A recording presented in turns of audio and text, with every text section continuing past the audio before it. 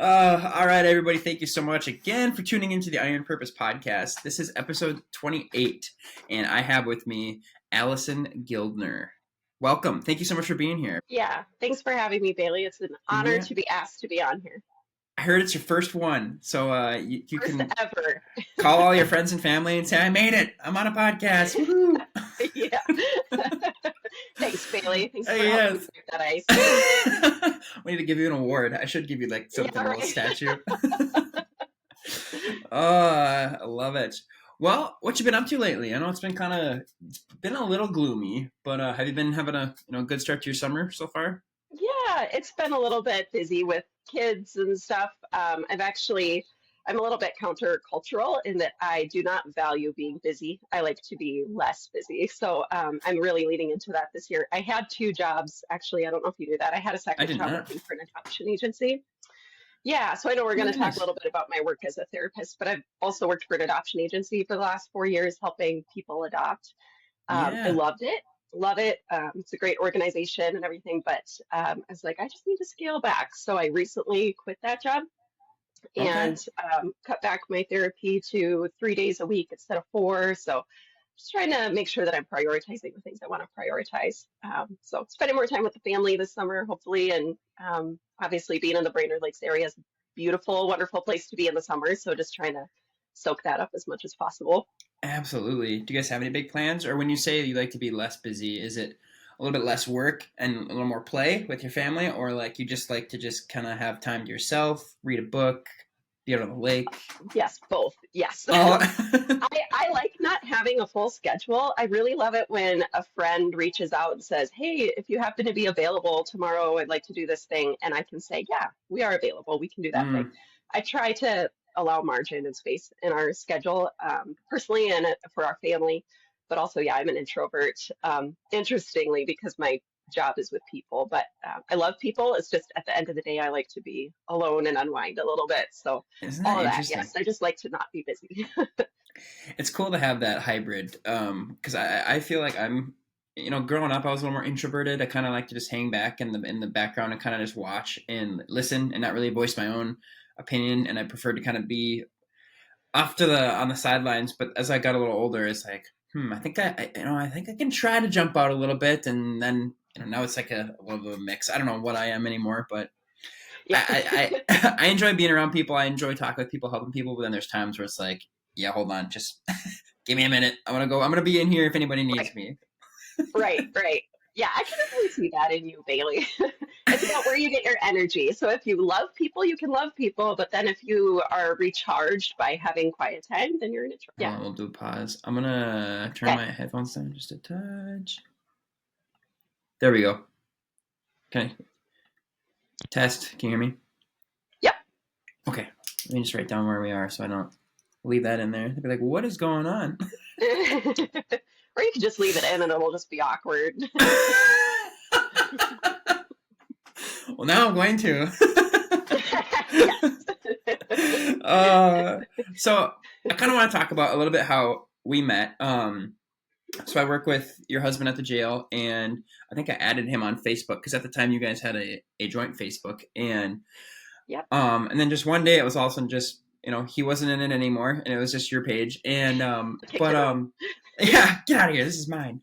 But fast forward a little bit, Courtney and I had Caden, and Courtney was really battling just some mental health stuff after having him, and it was really difficult. It was hard to to see someone that I love so much go through something like that when I can't really fix in that moment. And growing up, always wanted to be in law enforcement. Always wanted to be, the service-minded approach to things and Mr. Fix It as much as I can.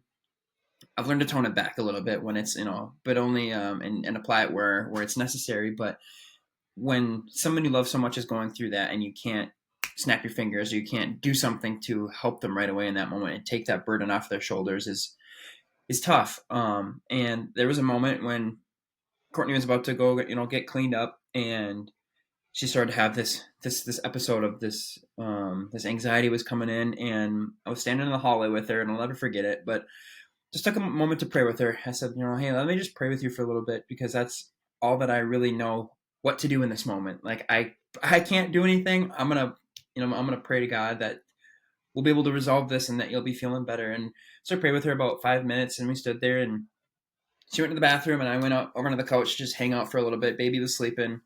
Open up Facebook, and the very first thing that popped up, it was like you had just posted it like 10 minutes. I'm getting goosebumps.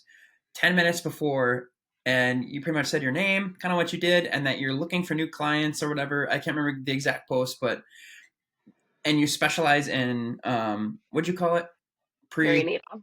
Perinatal, like mental health stuff for moms that are struggling with postpartum anxiety and depression and whatever. Like you had this huge post, and I'm just like,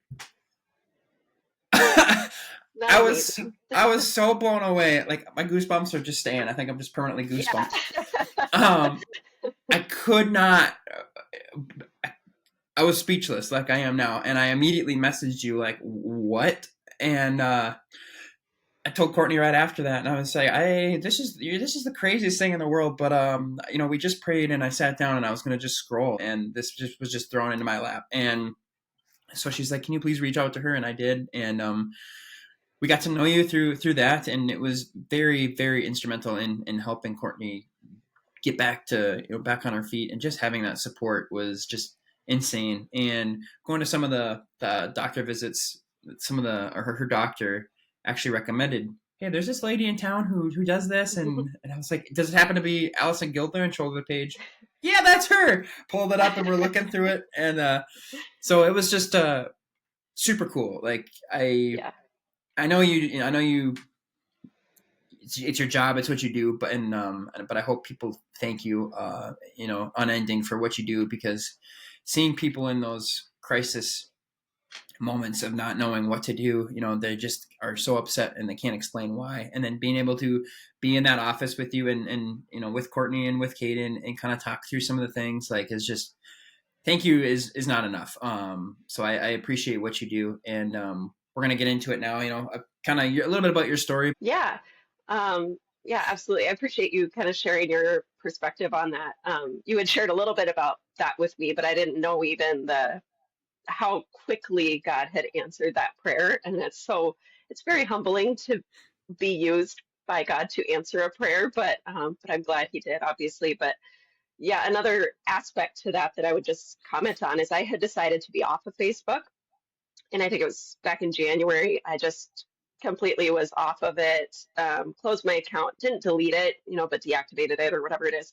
And Mm-hmm. I just hadn't been on there, and I've been loving being off of there. Every time I log on to Facebook, I'm reminded why I don't like being on Facebook, but I can't Yes. quite let it go because there's some useful things on there like Marketplace and stuff. But I'd really scaled back. And yeah, I did have some openings in my schedule, which there's some ebbs and flows with therapy. It's not common that I have openings just immediate. Like you can get in right now.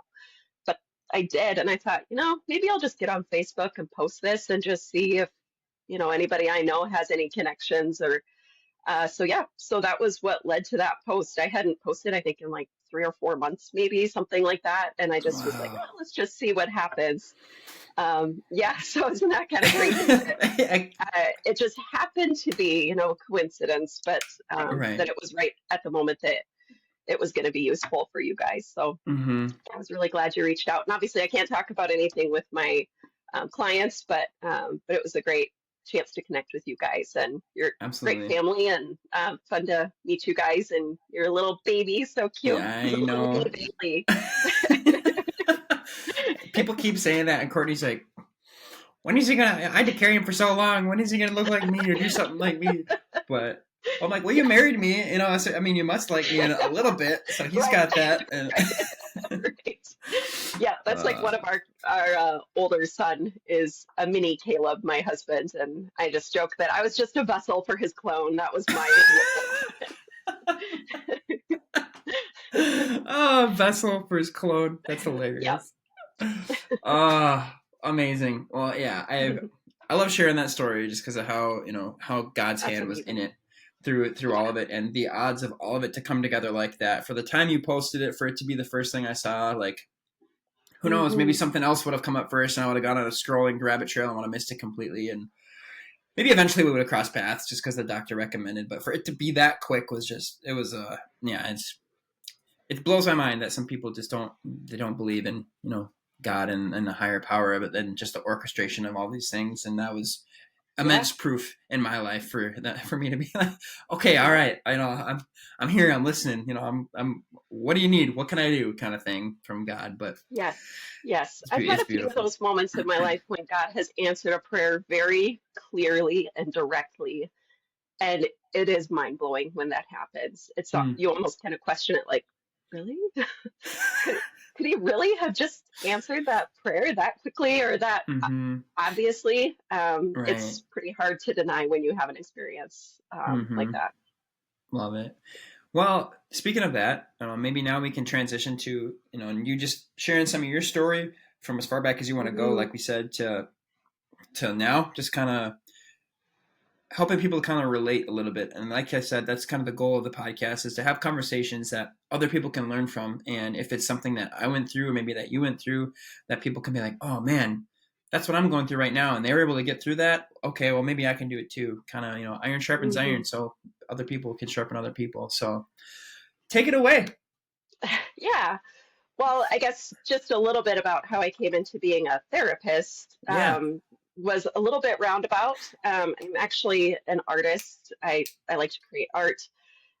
In high school, I was the president of the art club, and I was voted most likely to be a famous artist or something like that in my graduating class.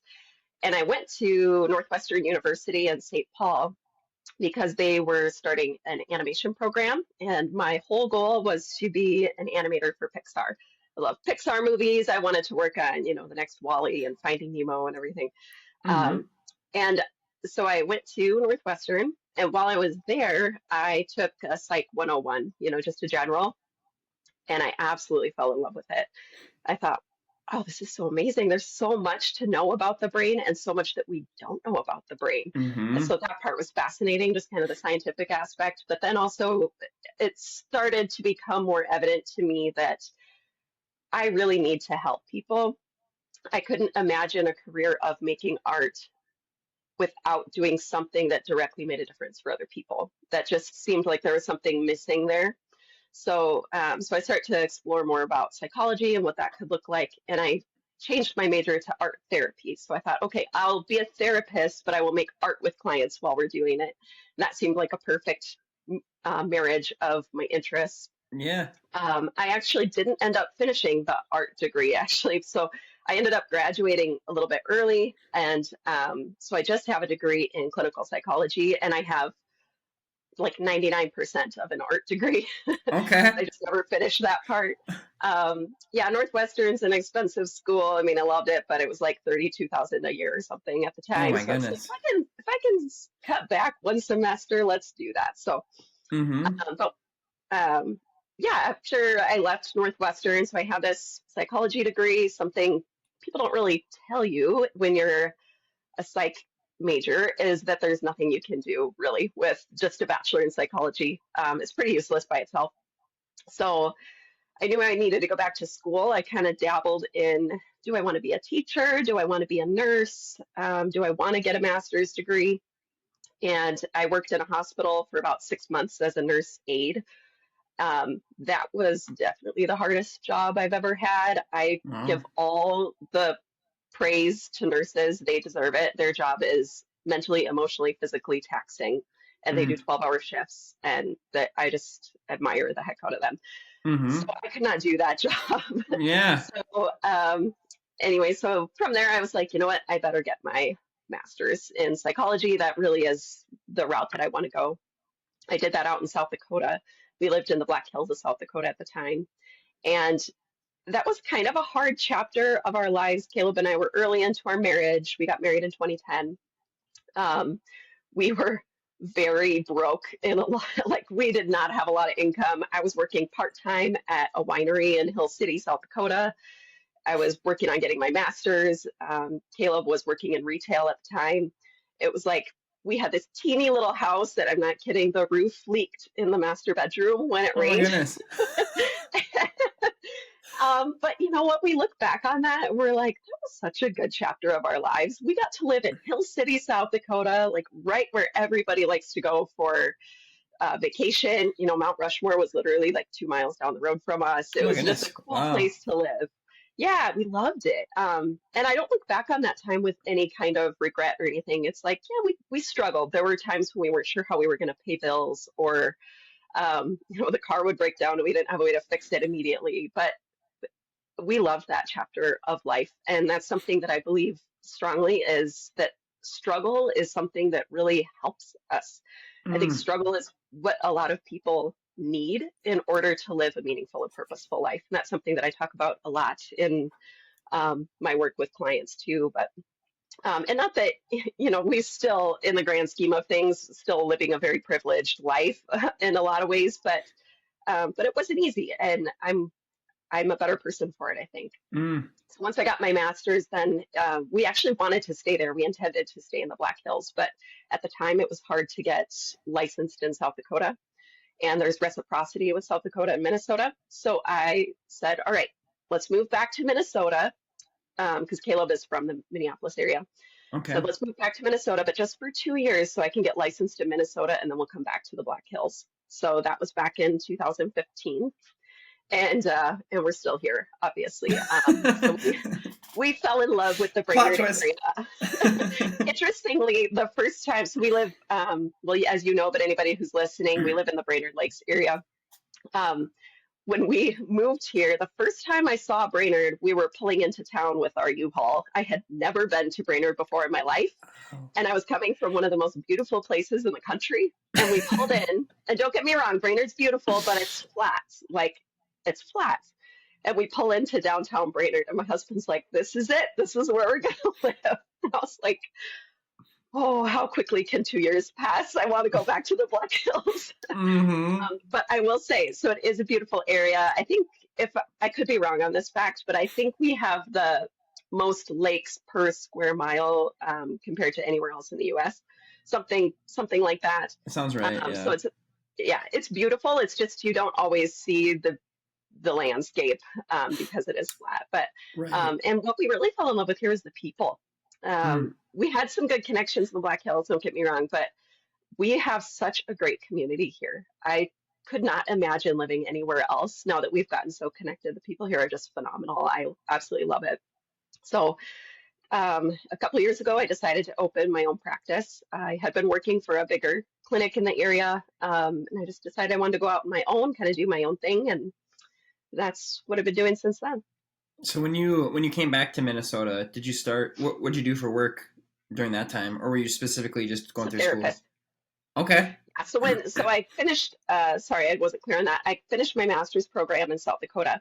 And then after your master's, it takes 2 years of supervised work, or you have to accumulate so many hours before you can be fully licensed. So that's what I was doing. That was what the 2 year time frame was if we go back to Minnesota, I can work as a therapist for 2 years under supervision there, get licensed, and then transplant that license back to South Dakota. Mm. Um, but yeah, once I was fully licensed, we were already in love with the Brainerd area, so we ended up staying. Love that. Do you have family nearby now still, or is it just? Well, now we do. At the time, we didn't have any family around. Mm. We had a bunch of family down in the Minneapolis area. That's my husband's side of the family.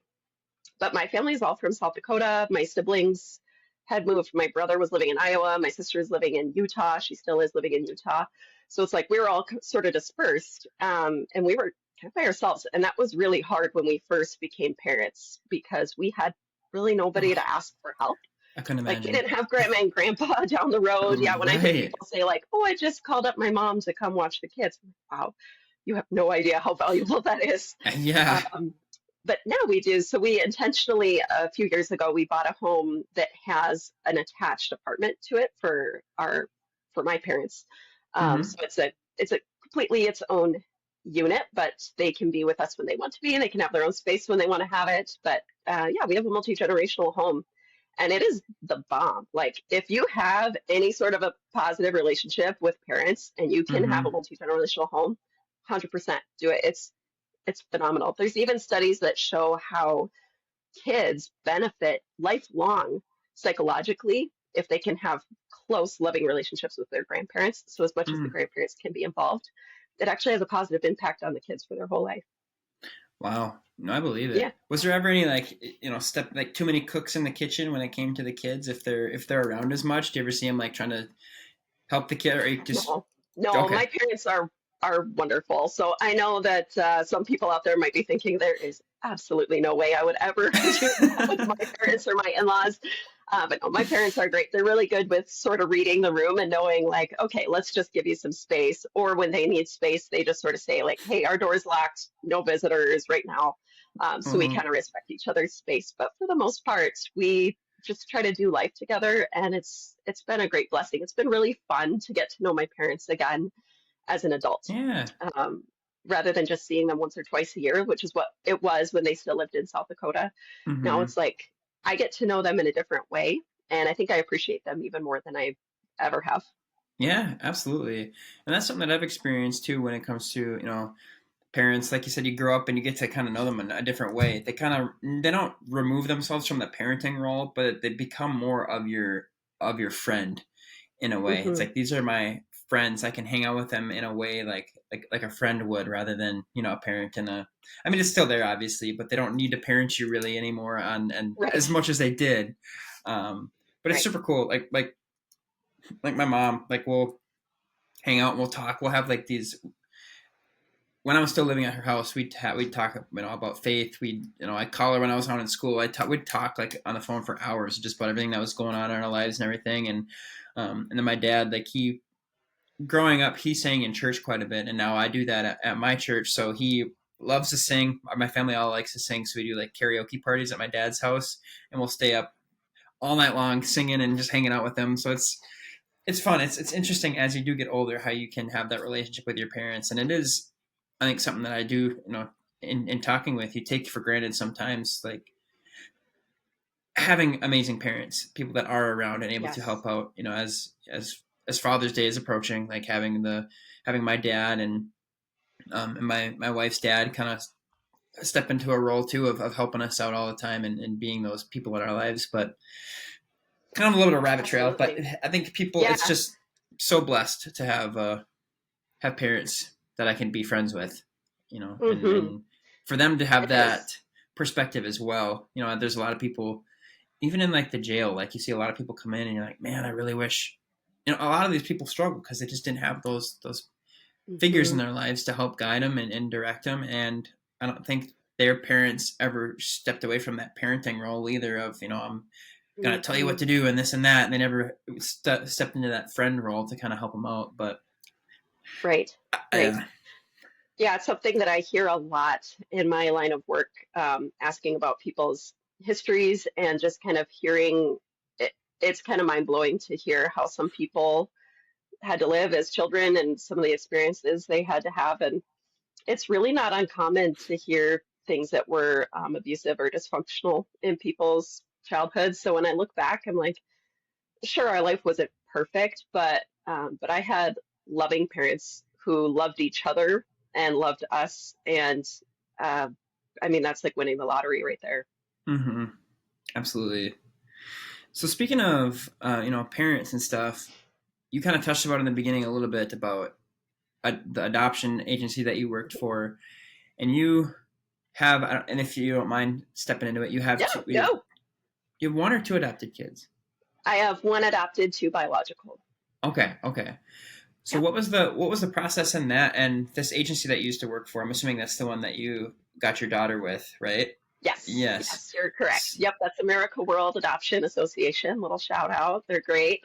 Yeah. Um, So well, I knew years ago, like when I became a Christian when I was in high school. I was raised in a Christian home, but I didn't really take the faith on for myself until I was a junior in high school. But Mm-hmm. um, I knew back then that I wanted to adopt, and it was just sort of something that the Holy Spirit put on my heart of you're gonna adopt someday. It was always a known thing for me. And it's a little bit strange because I didn't know anybody at the time who was adopted or had adopted, at least not that I was aware of. People don't usually go Interesting. around talking about it freely all the time, but a lot of times when I hear people are passionate about adoption, it's because they have a connection to it. And for me, it wasn't that. It was really just, I think this is something important to do. This is a way that I can actively live out my faith, And so when I started dating, this was one of the questions. I'd have like a litany of questions that I'd go through with guys on a first date. I was very picky. I love Most that. guys didn't make it past the first date, but one of them was, would you ever adopt? And if the answer was no, then it was like, all right, on to the next one. So when Caleb and I went out on a date, I asked him, and he was like, "Oh yeah, and I want to have a daughter, and I want to name her Autumn." And I was like, "Sold. You're Wow. hired, buddy." So we always knew that adoption was going to be part of our story. We actually started the process years before we actually adopted Autumn.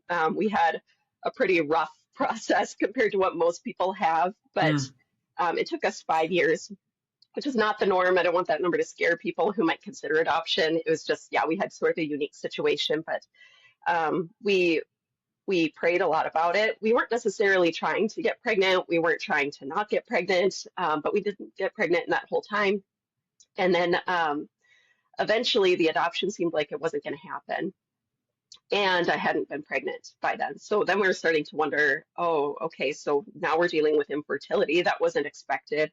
mm, And this adoption seems to not be happening. So, and by then I was honestly getting pretty mad at God because I had wanted to be a mom so desperately. This was always just a known thing to me. I'm going to be a mom. And it seemed like it wasn't going to happen. And I could not understand that. Why do other people get to be parents? Why do other people get to get pregnant easily? And mm. I can't get a child through either method. Why is this so hard? And we struggled and struggled and struggled. And there was one day when this was one of those times I alluded to earlier when God spoke to me very clearly, but there were a bunch of people I knew who were having babies in October 2018, their due date. Um, and I was just mad. And I prayed to God and I said, I'm sorry, but I'm just mad at you. Like, why can't I have a kid?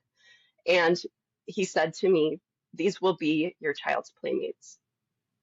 And I was like, okay. And I didn't really trust it at the time, but I was like, all right.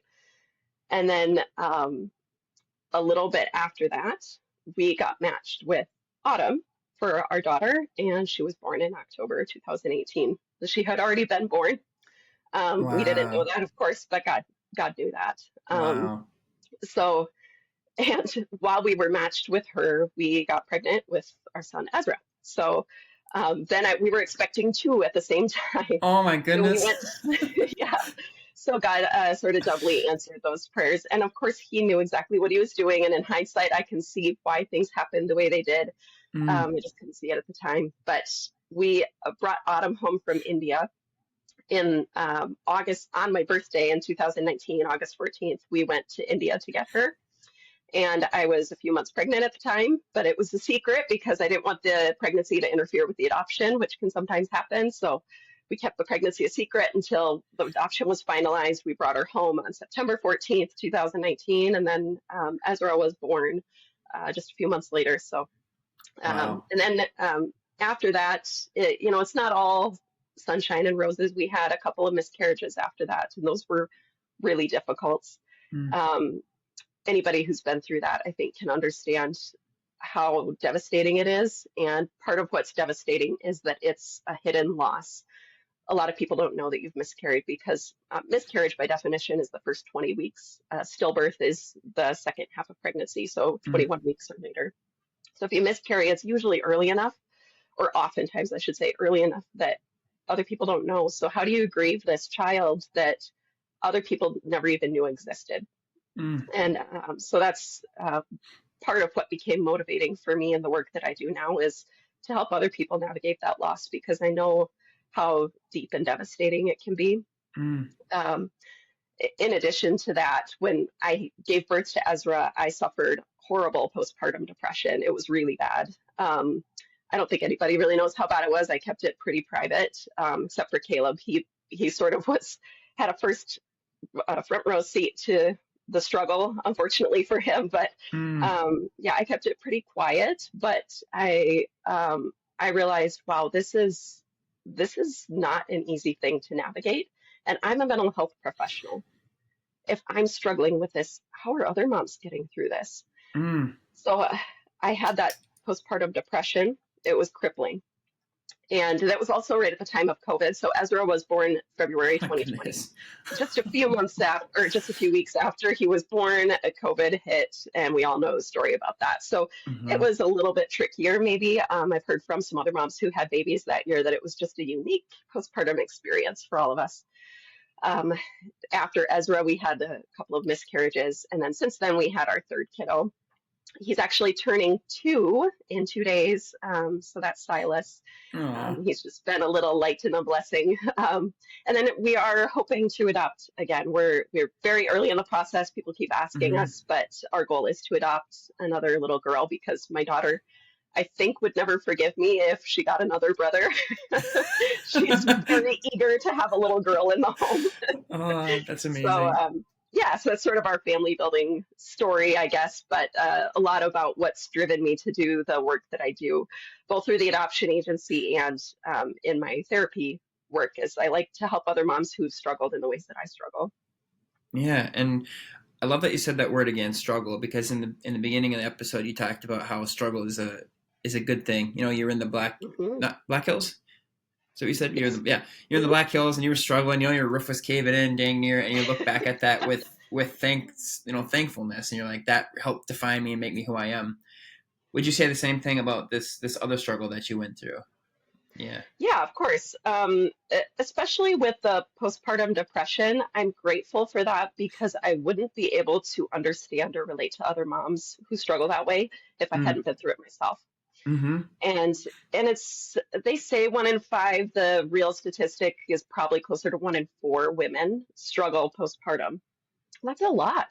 In the Brainerd Lakes area, that's about one woman a day, maybe two. Yeah. If you think about the number of births that happen in our little rural area, there's about one or two on average a day. So that's a lot of women who are struggling. Mm. Unfortunately, a lot of women who don't. That's also 75% of women who have a smooth experience, and that's wonderful for them. But it can be very lonely when you're one of the women who struggles. And so that's what I like to do is to just come alongside women and let them know that you're not the only one. You are not crazy. That's the number one thing I hear is, I think I'm crazy. I think I'm Mm. broken. What is wrong with me? You're not crazy or broken. You're going through a huge life transformation, Yeah. and your mind is coping with a significant hormonal shift. So, quickly, I think I've told you this before, Bailey, but the thing that we tend to forget, the lay people tend to forget, is that the whole time you're pregnant, you have certain hormones that are increasing consistently. So that's progesterone and estrogen are increasing, increasing, increasing. And the moment birth happens, plummets. And it takes at least 6 months for that to rebound to pre-pregnancy levels. So at least Mm-hmm. 6 months. And the data shows that it's more like 1 year, even up to 2 years postpartum, that women are more vulnerable to mental health struggles. Mm-hmm. So there's all these women out there struggling. Especially, it's not uncommon for me to get people in my office for the first time 6 months postpartum, 12 months postpartum. Then they really feel crazy because they're like, shouldn't I be past this by now? And the reality is, no, there's a lot of women who struggle for a while. And I don't want that to be, scary for anybody who's maybe wanting to get Mm-hmm. pregnant. There's ways that we have to work with that, but it's much harder, of course, when you're struggling by yourself. Yeah.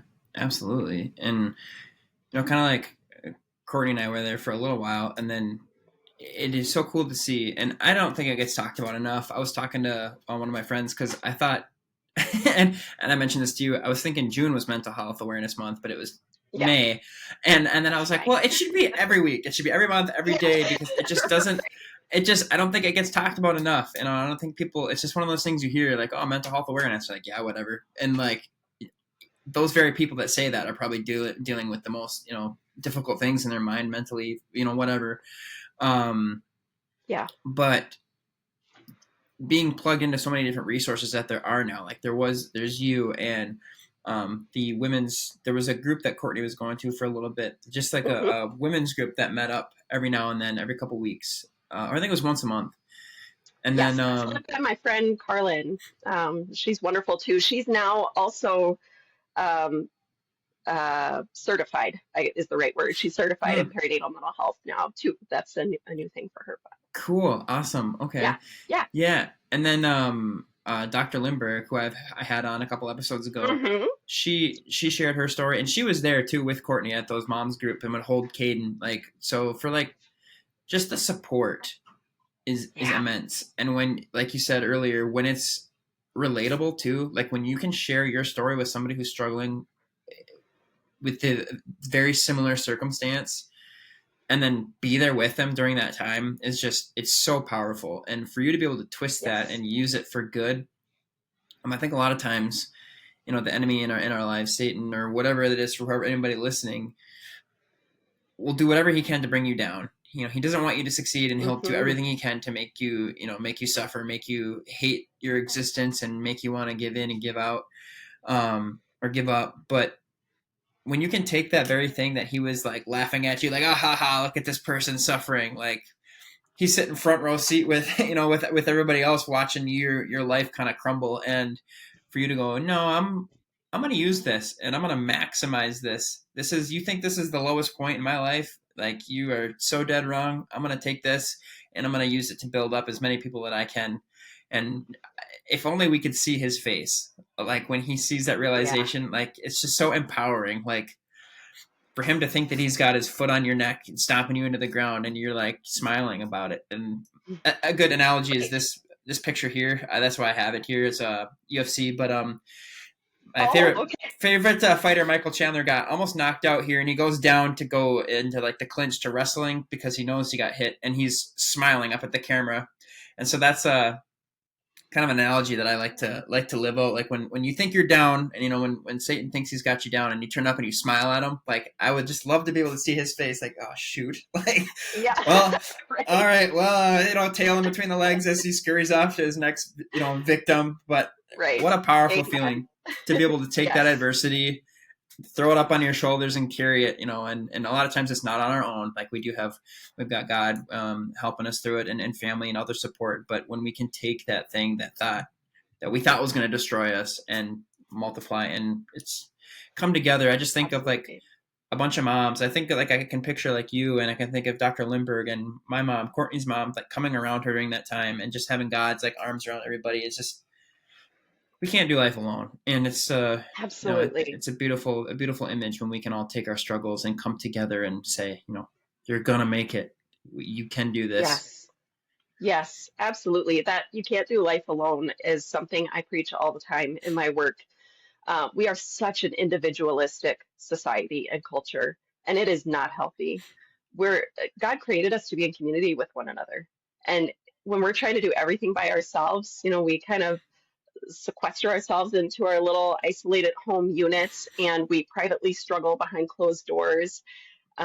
Nobody else can know that we have a messy house. Nobody else can know that we lost our temper today. Everything has to be very Mm, quiet and hush hush.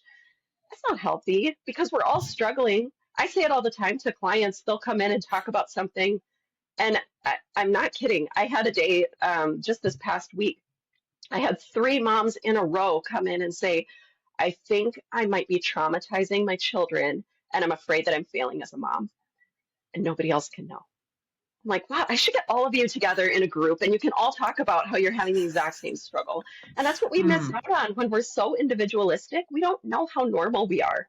I hear the mm-hmm, same things consistently. And that's been an interesting thing for me as a therapist is to just realize how similar people are. Even people who have really different worldviews, different religious beliefs, different political leanings, we all kind of have the same struggles in life. mm-hmm, And we think we're alone and we're not. mm-hmm. Yeah, awesome. I love this. So to transition now, we talked Mhm. about what you do for a career, mental health, all of that stuff, all the different jobs, different hats that you wear there. We talk about you being a mom and taking care of these three little kiddos, and everything that goes in with that. Now combining them together. So I kind of shared with you a little bit before we started recording that I had some friends, and who said I still have those friends. I You had some have to friends, but go not out, anymore. kick them out. Love them to death. Some really good buddies of mine. But they were kind of sharing, their stories when it comes to raising a kid and with marriage, and we were just having a really good conversation around the fire. And one of my friends said just some advice that he had was, man, I've always been told, you shouldn't have other people raising your kids. As we talked about having to send Kate into daycare in the fall.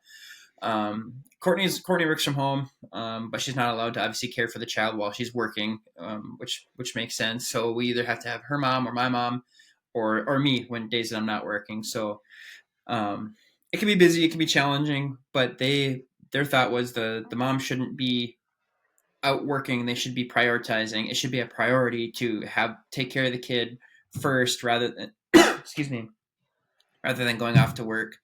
Now, obviously, with you wearing all those hats, what are your opinions on that? Do you have Mhm. anything you could share in regards to that? Yes, absolutely. So, this is another common thing that I hear people talk about in my line of work. And it's normal that moms kind of struggle with going back to work and not wanting their babies to go to daycare. And that's a whole piece that we work through. But there are a lot of moms who really benefit from going back to work. And it depends on the person. So we can't paint things with such a broad brush. We can't Mm, say for every family, this is what's going to be best. Um, for me, I've done a lot better when I've been back at work because I love my job. I genuinely love my job. I've never dreaded a day of work. I look forward to seeing all my clients. I sincerely love every single client who's on my caseload. So I find it very rewarding and fulfilling. And I would be missing out on something really important if I didn't do this. Now, when I'm not with my kids, there's other people who are with them and loving them. My parents help with them. Caleb's off sometimes and helping with them. And we have used daycare. And what's been wonderful is through daycare, my kids have formed some fantastic relationships. My son mm, Ezra met his lifelong, probably is going to be his lifelong best friend. They're basically the same person. Our little guy Ezra, the one who's going, or Silas, I mean, who's going to be 2 in a couple days. He had a couple caregivers at daycare who loved on him so well. He formed really healthy relationships with them. And I mm, don't think it's necessarily bad for kids to have relationships with other people and to have experiences outside the home. That, especially in Christian culture, we can have a very narrow focus on that, where the mom has to be home and she has to be doing all the raising and she has to be homeschooling. And sure, that's right in some situations, but it's not going to be right for everybody. And there can be really mm. positive things that come from letting your kids go to daycare or letting them go to public school. Ooh, big scary public school. But my kids go to public school and they love it. And they've met Mm, some great people there and we've loved their teachers. So it's been positive. Um, I think it's just very limiting. And I'm going to say it's a little bit ignorant when people say things in such a black and white way of, no, the mom has to be home and she has to be the one doing this. It's mm, okay to let a village come in and help. mm. And I like how you said that it's not going to be that way for everybody. Like it does work for some people in that aspect, and it doesn't. There's Hmm. not a one size fits all for each situation. And there Hmm. are benefits to keeping them home because then you can, I guess, train them or train them up the way that you would want them to go after, whatever that may look like. But at the same time, Hmm. it's also really important for them to have those social opportunities as well, hanging out with friends, growing that community.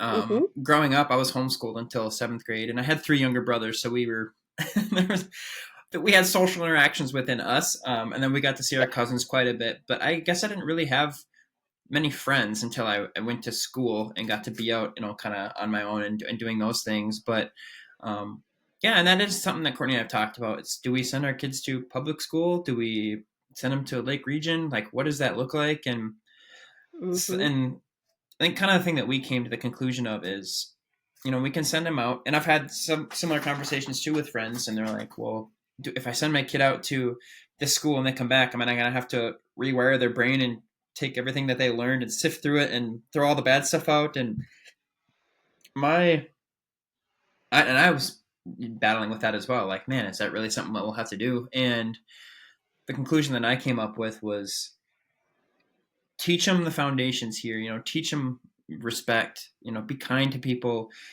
show them what it is to how to be that genuine person, that authentic person after God's own heart, or whatever that may look like for you, and then send them out into the world. Maybe they can be a light, maybe they can shine, maybe the world is needing what your kid has to offer to them. And when they come back, or when they're faced with those different situations of something that I may correct, they can rely on their foundation and what they learned at home, what they learned at church or Sunday Absolutely. school to make those decisions. And you can slowly start to trust them as they get older with those decisions.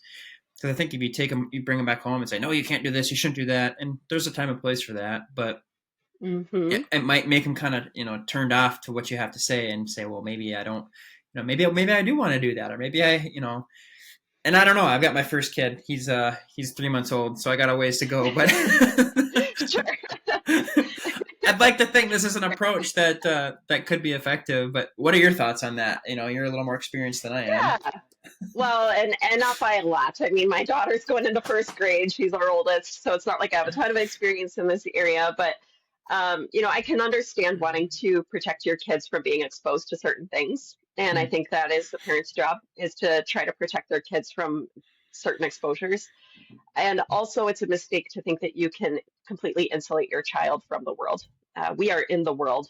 We're not supposed to be of the world as Christians, but we are in it. mm, We can't mm, we can't get away from it. So we need to also be thinking about how do we raise our kids up to be able to do well in this world, in spite of all of its shortcomings.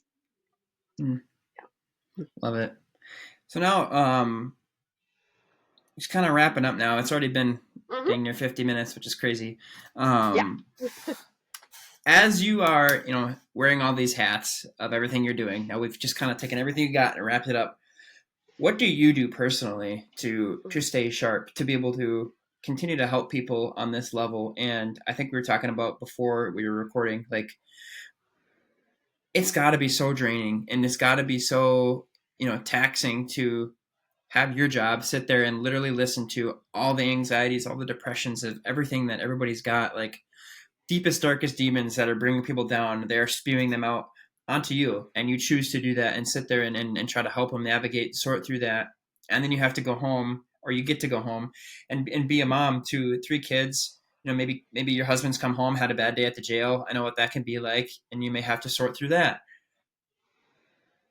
What do you do to navigate to be able to continually show up day in and day out to help other people, while still being, Mhm. while still prioritizing yourself, if that makes sense?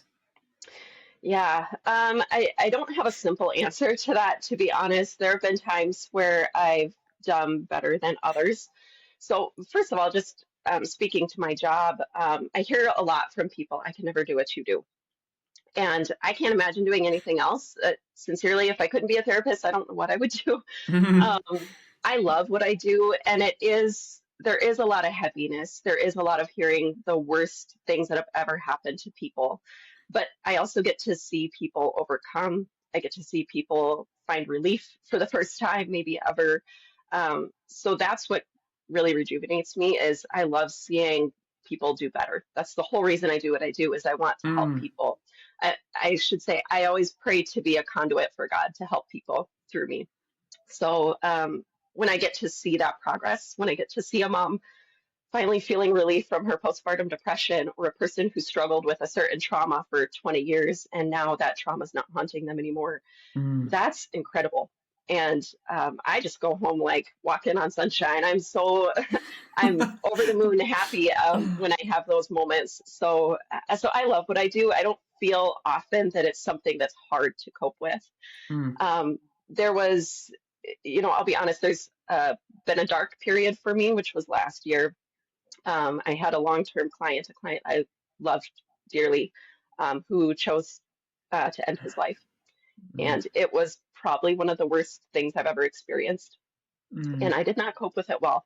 I think in a lot of ways it negatively impacted my work for a little while. I was very sure for a couple months that I wasn't going to be a therapist anymore. I just couldn't figure out what else to do. I told Caleb, I called him one day when he was at the jail, and I was like, by the way, I'm quitting my job. And he was like, okay, let's talk about this later. And he was very understanding and supportive through that process, but it really rocked my world for a few months. And it's something that going into yeah. therapy is going to happen. My professors told me it's not a matter of if, but when this is going to happen in your career, and how are you going to deal with it. and I was just really caught off guard and I really struggled. I flat out pushed God away. I really didn't want to go to church, didn't want to pray, didn't want to read my Bible. I struggled. Um, I didn't cope with it well for quite a few months.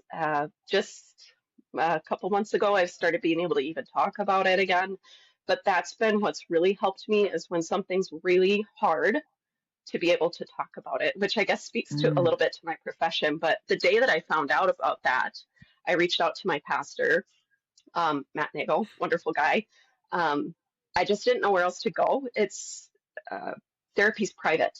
And even when a client dies, their therapy is still private. I still can't disclose anything about them. mm, So I thought, what do I do? What do I do with this? I can't talk to anybody. I'm just sitting in my office by myself bawling. So I mm, reached out to my pastor, and God bless him, he made time for me that day. He's a very busy person. He's like, "Oh, I have plenty of time." I'm sure he had to make time. But I went in and I just cried in his office and just talked to him about it because confidentiality at least exists there. And that was a huge relief, just being able to talk to somebody who cared, mm, and he genuinely cares, and reaching out to some other trusted colleagues who I could talk to about it. Just realizing that when these really heavy things happen, that's when it becomes most important to reach out to your support system and let yeah. them come in and kind of help hold you up. And another example of that was one of my closest friends up here. Her name's Kayla. She uh, I'll say I have a lot of wonderful friends, and I know a lot of them would have done more for me if they could. It's just a lot of people are limited. But um, she said, "Let's meet up, and I just want you to talk to me and just tell me whatever you need to tell me about this." And I found out later it was the date they were moving into a new house that day, and she Oh has three little my. kids herself. Yes, including one of her children has special needs, and so her plate's very full. And she just made that time for me. And we met up and she just let me talk to her about Mm, what I was going through. And that meant more to me than anything, to just know that somebody cared enough to make the time to spend with me. mm-hmm, So I guess what I learned throughout that process was just how important it is to lean into the people in your life and to have that support system so that mm, when those times come up that you have someone to lean into. But also it helped me learn how to be there for other people when they're struggling. That I want to right. be that person who makes time. Mm, powerful. I, Yeah. you just never know what other people are going through too, and what even a smile to somebody could really mean. And I've Yes. shared several stories and several examples before where, um, one specifically, I was at Target, saw a friend that I hadn't seen in a long time, and I was going through my own stuff. I didn't want to talk to him. I was like, I'm putting my hood up and I'm going to avoid him. And went to the cash register and was checking out, had my hood up, and one of Courtney's friends saw me and was like, Bailey, oh my gosh, came up and gave me the biggest hug. And like, it meant the world to me. And I messaged her afterwards, like, you have no idea what that means to me. I'm kind of just going through some stuff right now. And maybe that guy in the beginning of that situation needed that from me. And I didn't do that because I was Mm, so caught up in what I had going on. And not to downplay what I had going on, like, sure, maybe I would have, who knows, maybe I wouldn't have been able to have what that, or give what that guy needed at the time. But like, just yeah. simple things like that can really go a long way, being there for each other and helping each other out. And you may have something on your plate, you may have a lot going on, and like your friend did, and she took you in and helped, let you talk. And that's, Mhm. it meant an awful lot to you, I can tell. So like, being Yeah. being open and there for people is huge. So having those systems in place, or having those people that you can call, is just, it's crazy. Like we've already talked about, It's it's necessary. mm, We need people. mm, Even people who think that they're fine. I'm an island, I'm fine. They're not. We all need community and relationship. And when you're by yourself, you're just going to struggle so much more. mm-hmm. So to close it up, I guess if somebody is watching this right now that, was struggling with something, whether it's big or small, what advice would you have for them, and what would you encourage them to do? And Mm, maybe one of them is reaching out to somebody, but is there anything else that you would like to say to those people? Maybe. yeah, well, of course, reaching out to your support system, not trying to do it by yourself. And this is something that, again, I think is more cultural for us in the United States, maybe, but especially Midwest. We're very stoic people. We keep everything, below the surface. I'm fine. How are you? I'm fine. Um, Being a little more authentic about what's going on is important. It's okay to let people know that you're struggling. I know that most of my clients come into my office, they cry. It's the only time they cry in the whole week. And they Mm, walk out and they continue to pretend like they're fine. And the important thing is to just let yourself be a little more authentic about what's going on with the people that it feels appropriate to do that with. And of course, there's a time and yeah. place for everything. But when we try to keep everything in, when you try to stuff it in and pull yourself up by the bootstraps and pretend like you're fine, it's not going to go away. It's just going to keep sitting there and festering until you deal with it. So let yourself deal with it. And if if you're a Christian, of course, lean into God. If you're not, consider it, because God is the only one who can really help shoulder that burden for you. Mm, amen. Well, Allison, I thank you so much for sharing your story, the different struggles that you Yeah. went through, and not giving up at each and every one of those. Like you persevered and you continue to go through, regardless of how hard it was. And I would be a little selfish. Maybe it was for my situation. Maybe God had you go through all of that because you needed to help out Courtney and any other person that you've got on your plate, or in your in your sphere of influence.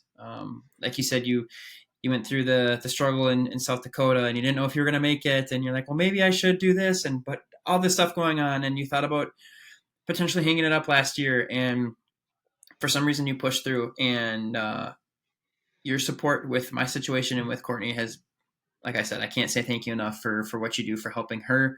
And I know that there's a lot of other people out there that would say the very same thing. So goosebumps again. Thank you so, like, from the bottom of my heart, thank you for helping out my family, and thank you for what you're doing, and thank you for taking the time to come on here and talk with us and share your story. It means an awful lot. Well, I really appreciate you saying that. I mean, and I mean this sincerely, even if Courtney was the only person who ever benefited from me doing this work, it'd be worth it. That I just, I just want to help people, and even if it's just one, that's worth it. But I hope there's more than one. um, but I really appreciate. Yeah, sometimes you don't know. People kind of stop coming to therapy either because it's not helping or because they feel better, and you kind of sit there and wonder, was this even helpful? Did I even make a difference for that person? And I do think about all my clients, Mm, past and present, um, pretty constantly. I'm aware of all of them and just hoping they're doing well. So to hear that something was beneficial, that your family benefited, I appreciate that. It means a lot. absolutely. Well, thank you again, Allison. It has been a Yes. pleasure. Allison Gildner, everybody.